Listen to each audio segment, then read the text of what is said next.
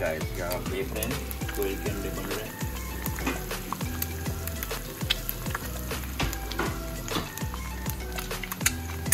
तो हल्का सा हल्की आंच पे रखें।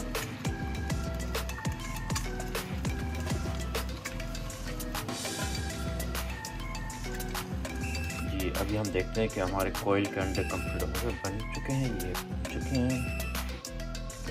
अभी हम सर्व करेंगे खाने के लिए और फिर हम आपको जायका बताएंगे कि जायका कैसा है। जी अभी हमारा नाश्ता तैयार हो गया, अब हम शुरू करते हैं खाने के लिए।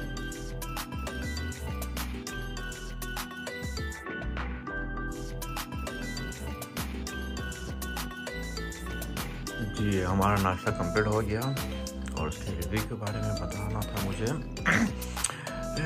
इसका जायका थोड़ा सा मुख्तलिफ था लेकिन वेरी टेस्टी, बहुत ही अच्छा मज़ा था, बहुत ही जायकेदार टेस्ट है इसका।